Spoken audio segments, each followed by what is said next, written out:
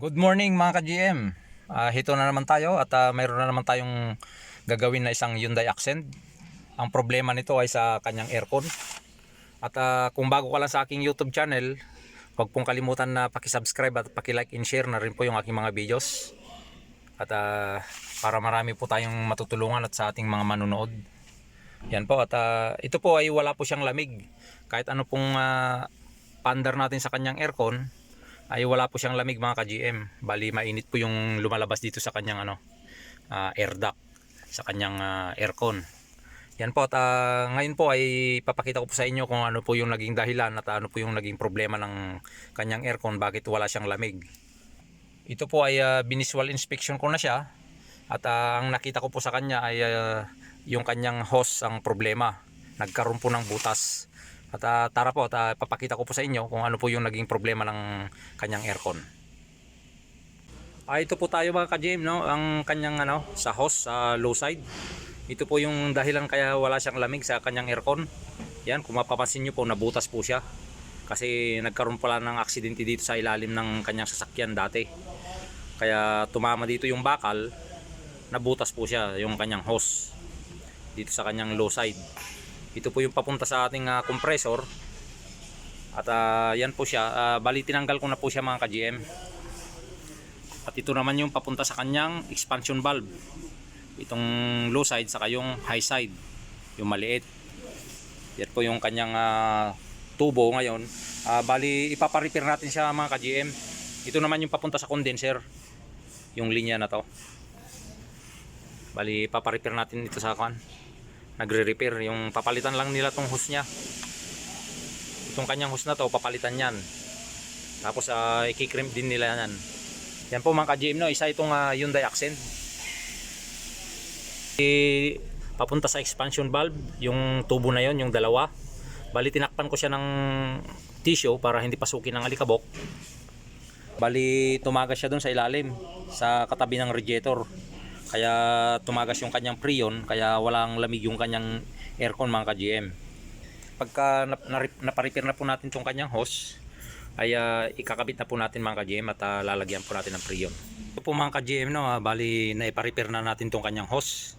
Yan, pinalitan ng bagong hose. Ito lang po ang hose ang pinalitan dyan mga ka-GM. Tapos nirecrim nila ng panibago dyan, dito sa dugtungan. Yan po, at okay na siya, at ikakabit na po natin.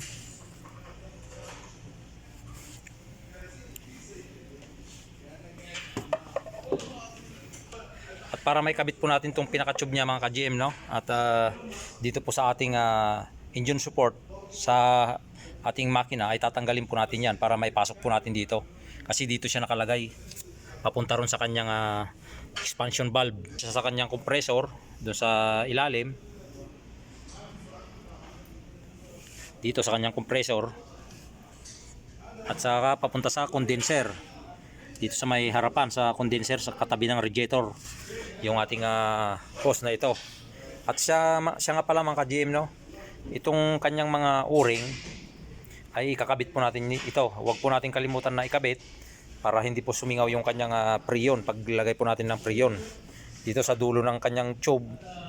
Sa pagtanggal po, bago po natin tanggalin itong kanyang engine support para mailagay po natin itong tubo, ay jajakan po natin sa ilalim para hindi po bumaba yung ating makina.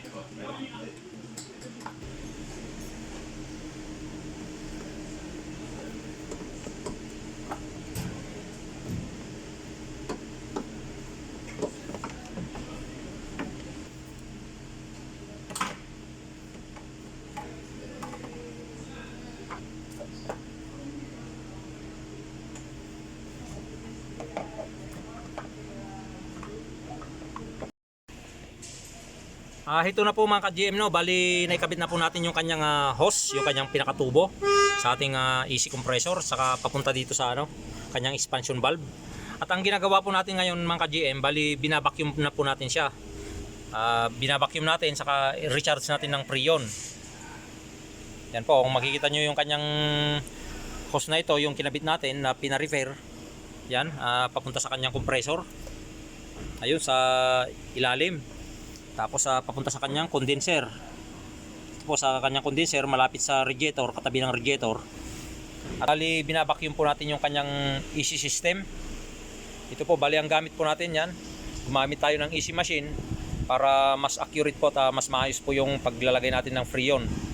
At para hindi po masayang yung ating Freon sa paglalagay, mas maganda po pag may gamit na AC machine.